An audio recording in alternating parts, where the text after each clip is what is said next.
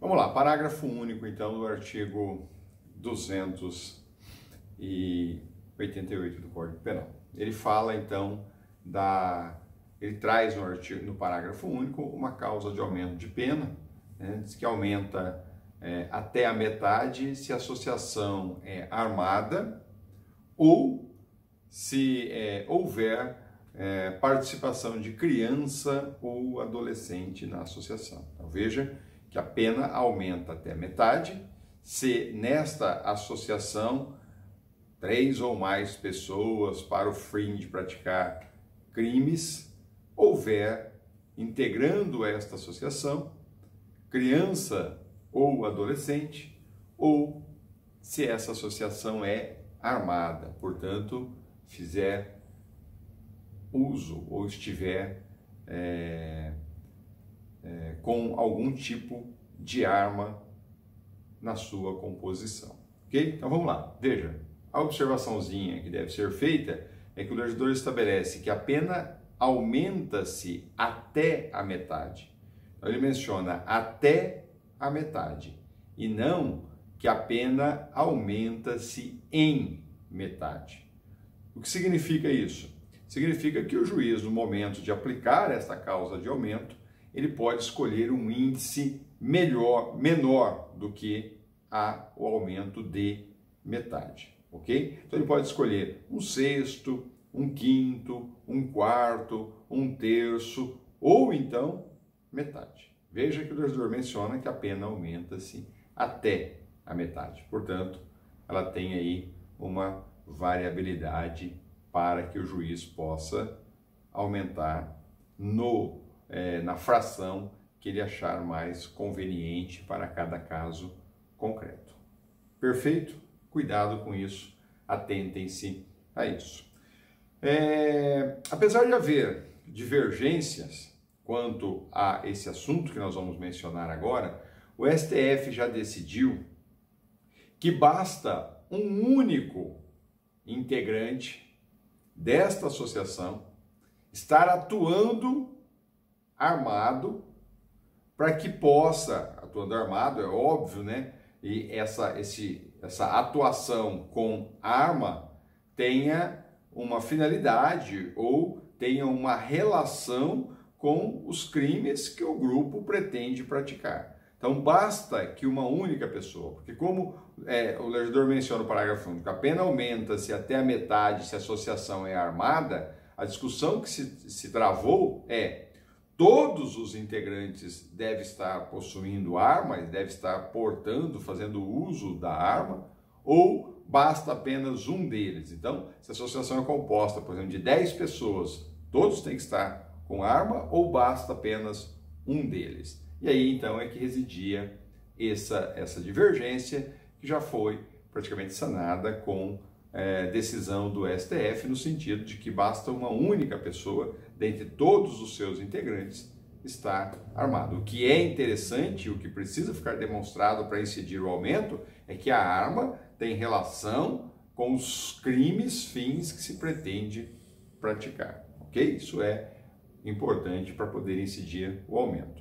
E como o legislador não mencionou a arma de fogo, o entendimento que se tem é que a arma aí pode ser tanto a arma própria como a arma imprópria. Não há nenhum questionamento quanto a isso. Qual a diferença de arma própria para arma imprópria? A arma própria é aquela que serve para ataque ou defesa. Okay? Então é o revólver, é a espingarda, é a metralhadora, é a pistola semiautomática e assim por diante. E a imprópria?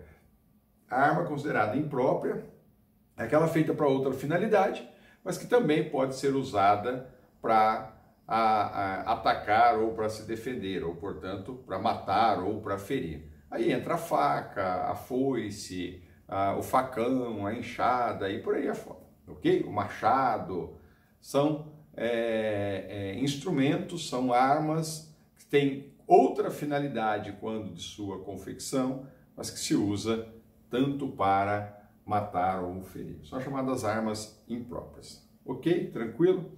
Essa observaçãozinha também é relevante, também é importante. Quanto à criança e adolescente, nós já mencionamos, são aquelas determinadas lá no Estatuto da Criança e do Adolescente.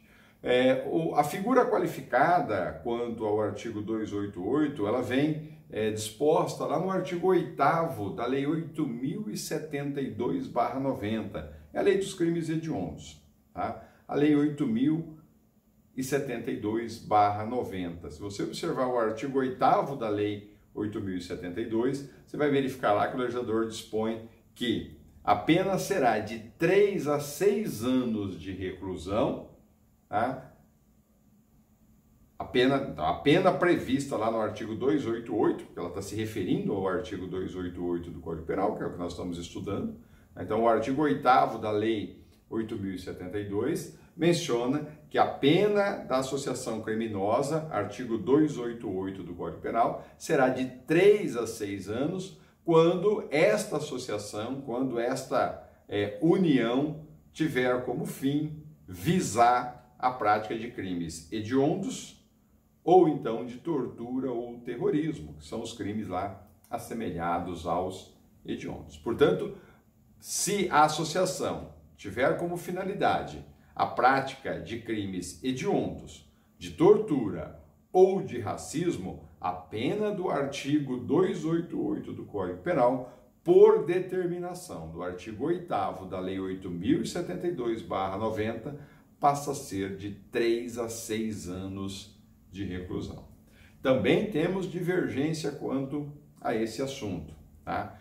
E essas divergências, elas vêm lá na doutrina, e a divergência está relacionada quanto à aplicação no mesmo contexto da causa de aumento de pena do parágrafo único do artigo 288, que nós acabamos de fazer uma análise sobre ele, que aumenta-se até a metade.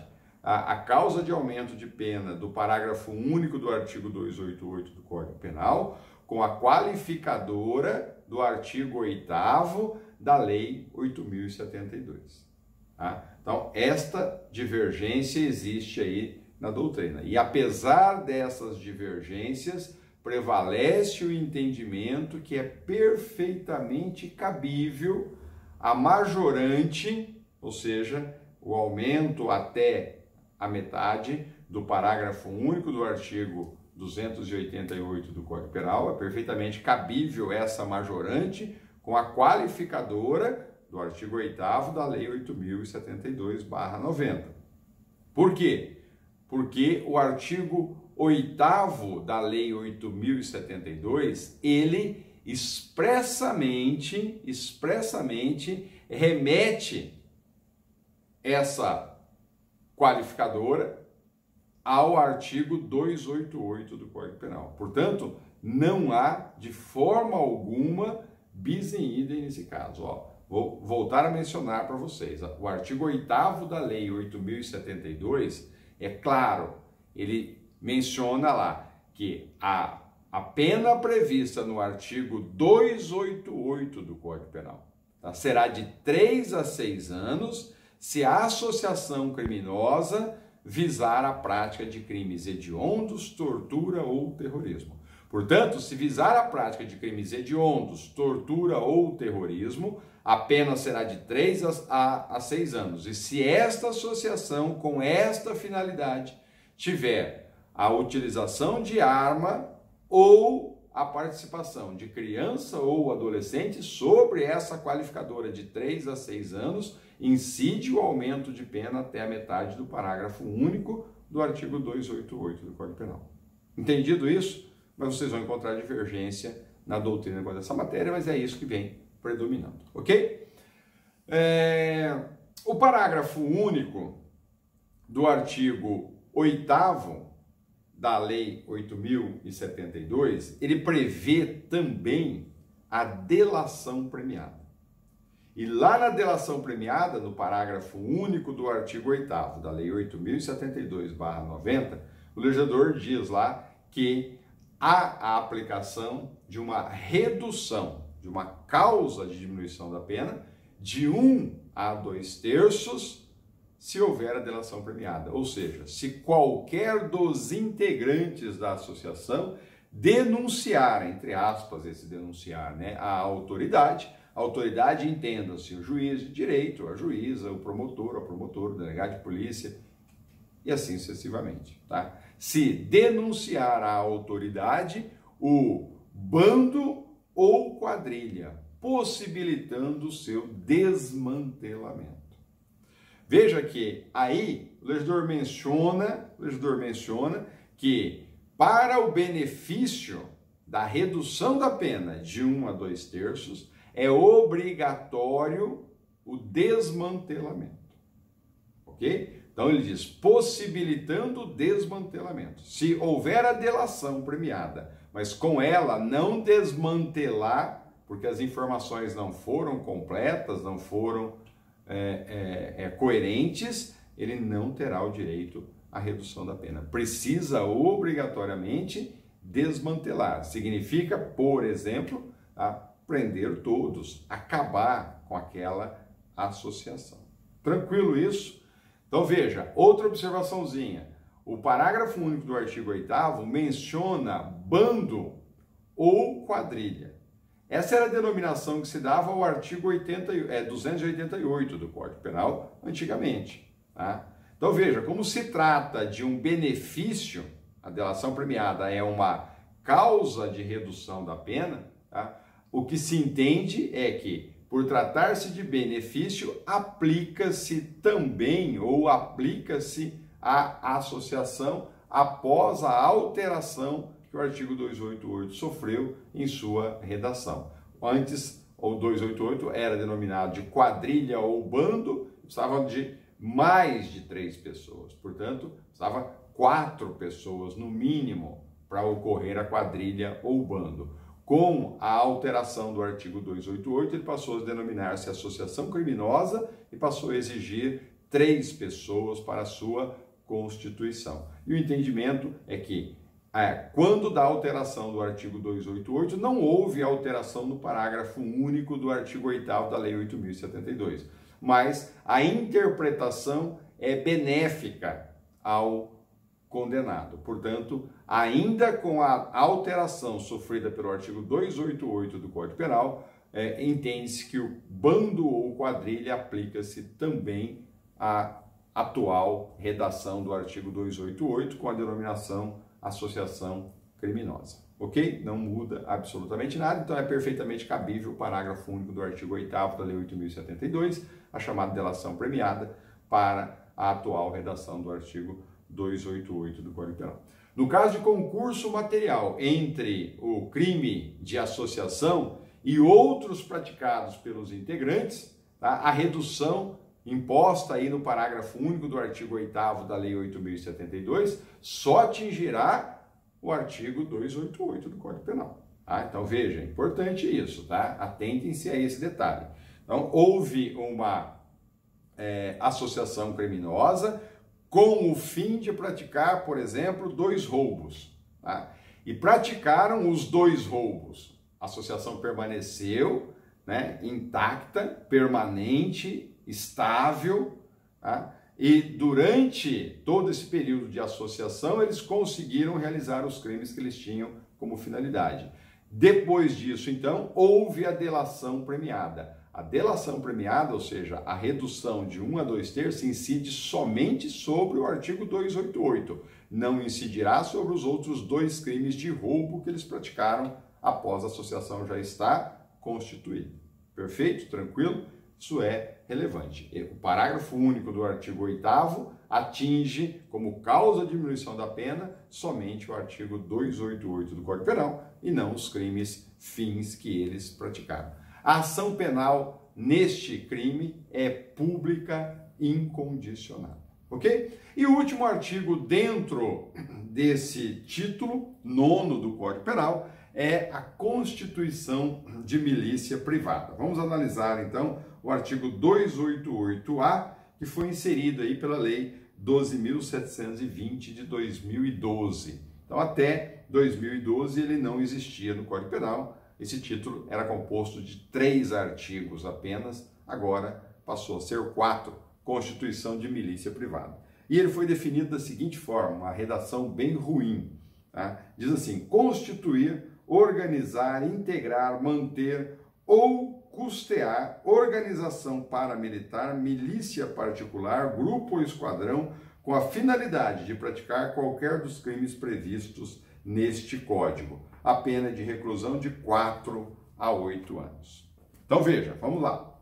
Vamos analisar nesse artigo 288-A do Código Penal os seus tipos objetivos, né? Começando lá pelos verbos, pelos núcleos. O legislador diz lá, constituir. Portanto, é sujeito ativo aquele ou aqueles que constituem, tá? O que? Constitui a organização que? Constitui a milícia privada, a organização da milícia privada. Portanto, o constituir milícia privada significa criar a milícia privada. Ele é ou eles são os fundadores da milícia privada. Eles é que são os líderes que formam a milícia privada.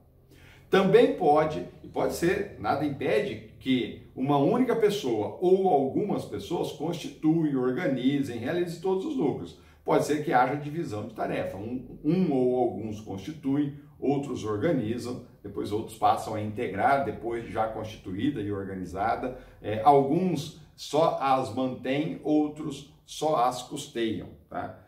Podem ser separadas. A finalidade do legislador com vários verbos aí foi abranger uma quantidade maior de pessoas ou abranger toda a estrutura dessa milícia privada. Por isso, esses vários verbos. Então, não importa se o indivíduo realiza um ou mais dos verbos aí mencionados, o crime é único. Porém, você consegue com isso apanhar tanto aquele que constitui como aquele que organiza. Então, se um constituiu e o outro organizou, ambos figuram como sujeito ativo do crime. Se ele não constituiu, não organizou, mas num determinado momento ele integra essa milícia privada, ele passa também a ser sujeito ativo do crime. Então, o constituir é criar, fundar, formar a milícia privada. Já o organizar é o estruturar, colocar em ordem para o início das atividades, né? São aqueles indivíduos que estabelecem as bases para o funcionamento da milícia privada, tá? Ele ordena de forma mais eficaz aquela milícia privada.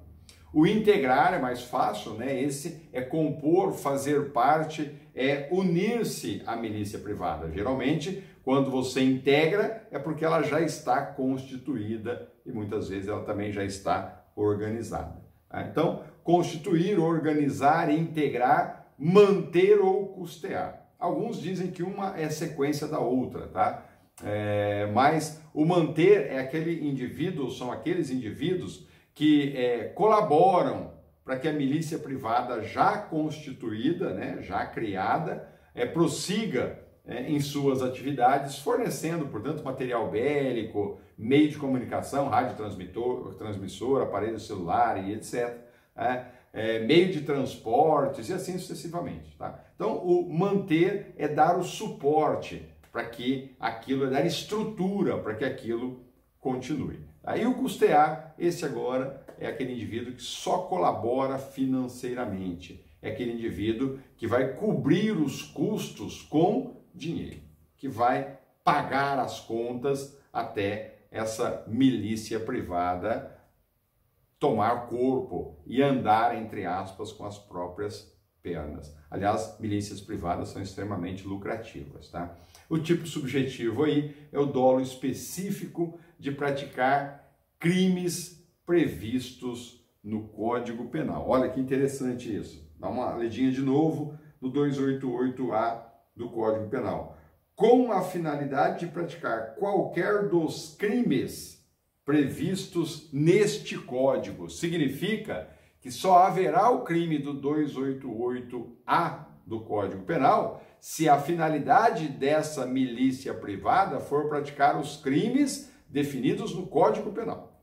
Se for crimes definidos, previstos em lei especial ou em leis especiais, ou seja, aquelas que estão anexas ao Código Penal, mas não pertencem a ele, agora o crime não é do 288-A, e sim do artigo 288 único e exclusivamente. Aqui é uma crítica que se faz ao legislador quando a elaboração desse artigo 288-A, porque ele restringiu a milícia privada aos crimes do Código Penal, quando na verdade, muitas vezes as milícias privadas atuam em outros crimes que não estão definidos no Código Penal, mas em leis extravagantes. Caso a finalidade seja atuar em crimes previstos em leis extravagantes, o crime não é de formação de milícia privada do 288A, e sim de associação criminosa do artigo 288 do mesmo diploma legal, ok? O tipo legal, gente, ele não estabelece a quantidade mínima de pessoas. Essa é uma outra crítica que se faz ao 288A.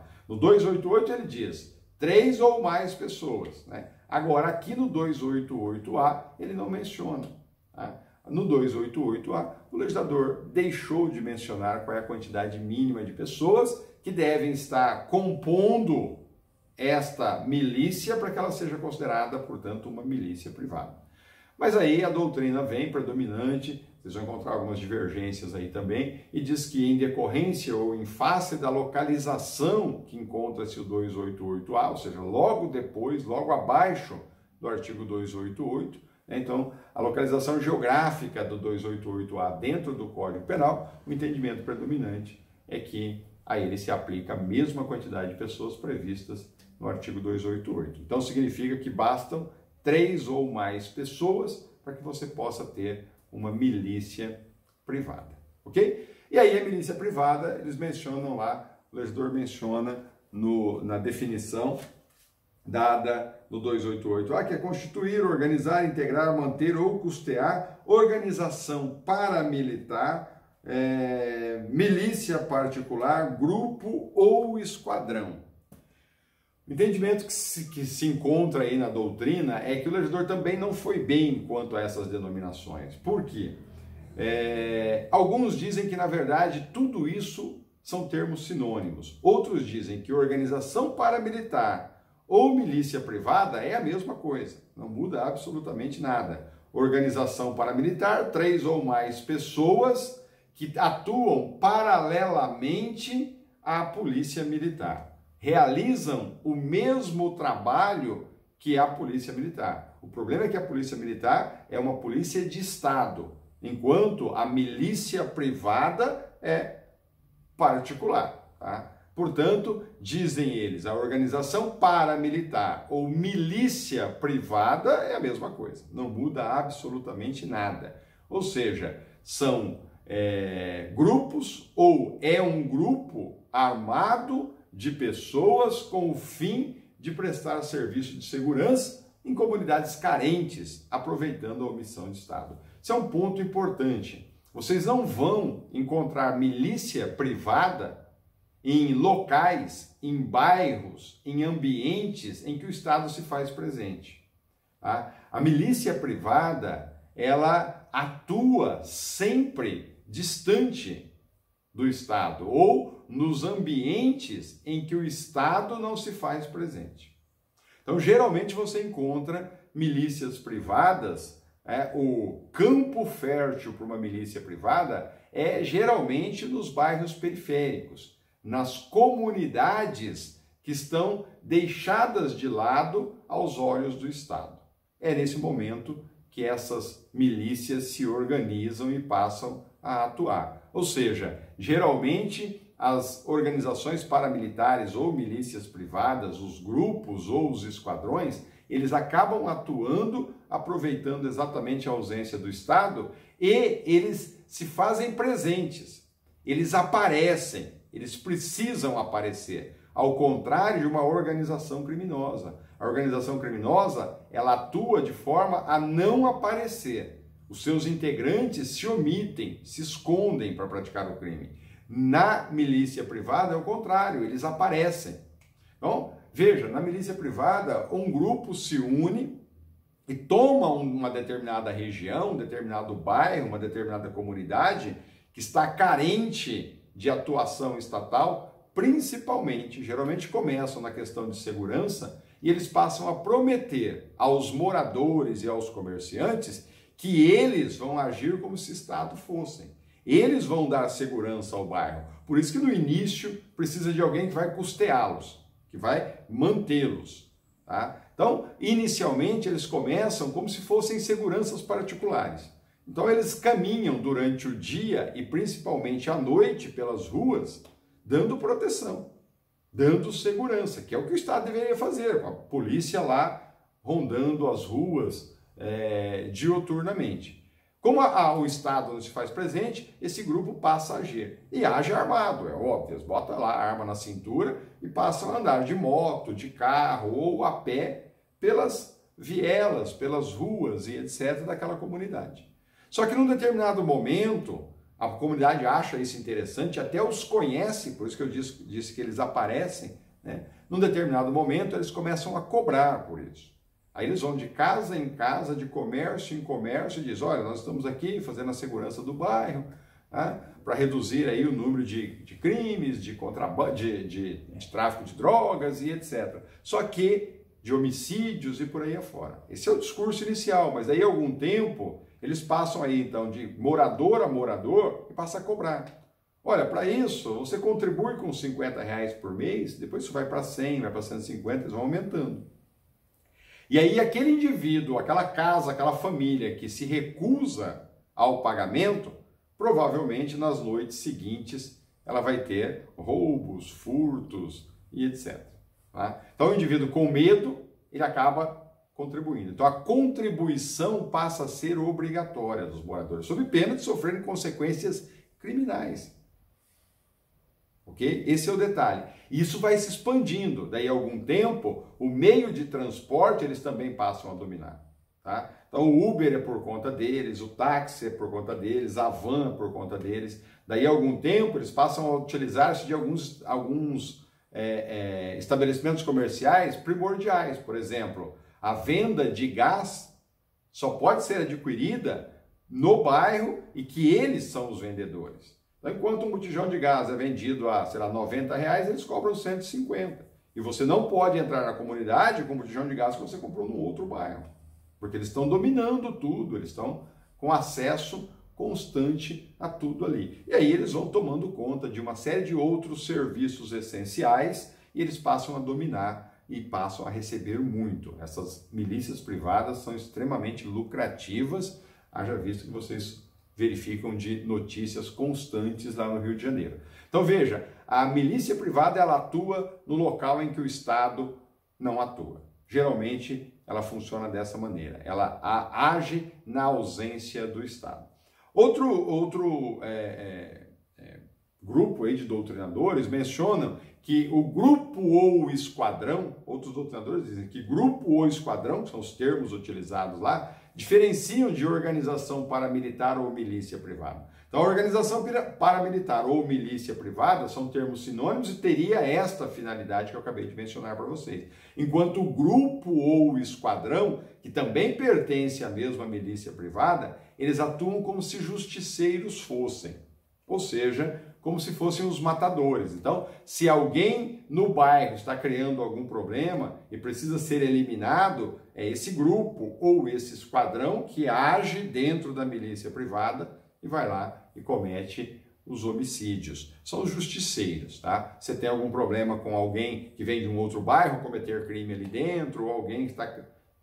Esse grupo, então, entra e elimina essa pessoa. E, geralmente, a elimina matando-a. Tá? E aproveita tudo isso diante da ausência do Estado. Portanto, eles têm como finalidade, o grupo ou o esquadrão, eliminar o que para eles consideram supostos marginais que atuam na área de domínio deles, milícia ou esquadrão. Ok? Tranquilo? Esse é o probleminha aí tratado no 288A. Essa era a finalidade que o legislador inseriu esse dispositivo no Código Penal. Como vocês percebem, parece que não surtiu tanto efeito assim, porque as milícias continuam atuando aí constantemente. Quem é sujeito ativo desse crime? Veja, como a denominação é milícia privada, dá a impressão que só quem compõe essa milícia privada são policiais. Tá? Na verdade, não há essa exigência. É milícia porque essas pessoas elas atuam como se fossem policiais militares. Então, é possível compor, figurar como sujeito ativo policiais militares que ainda estão na ativa ou que já estão afastados, tá? Estão inativos, né? Aposentados, pode ser composto de policiais civis, ativos ou não, ou de qualquer outra pessoa. Tá? Não importa, não precisa obrigatoriamente ser ou ter sido policial, seja civil, seja militar. Geralmente há policiais civis e militares ou ex-policiais civis e militares compondo as milícias privadas, até porque eles têm conhecimento, né? Eles têm treinamento, eles tiveram técnica para agir dessa forma e, portanto, sempre eles se fazem presentes, mas não é necessariamente obrigatório que eles sempre estejam presentes. Pode ser qualquer pessoa figurando como sujeito ativo do crime. E o sujeito passivo, como se trata de um crime classificado como crime vago, como os anteriores, é sempre a coletividade. Tranquilo, gente? Consumação e tentativa. Ele se consuma no exato momento em que há a constituição da milícia, ou seja, a formação da milícia, da mesma maneira como há a associação lá no artigo 288 do Código Penal. E a tentativa é impossível, porque nós estamos diante de um crime permanente. Portanto, há a existência de conduta dioturnamente e não há nenhuma forma no crime permanente de existir a chamada figura da tentativa. E a ação, nesse caso, é uma ação pública incondicionada. Ok? Com isso, encerramos os 4 artigos do título 9º do Código Penal. Nosso próximo encontro será relacionado ao título 10º do Código Penal. Vejam, estão faltando só 2 títulos, o 10º e o 11º, para a conclusão do estudo aí da parte especial do Código Penal. Até breve, então, gente.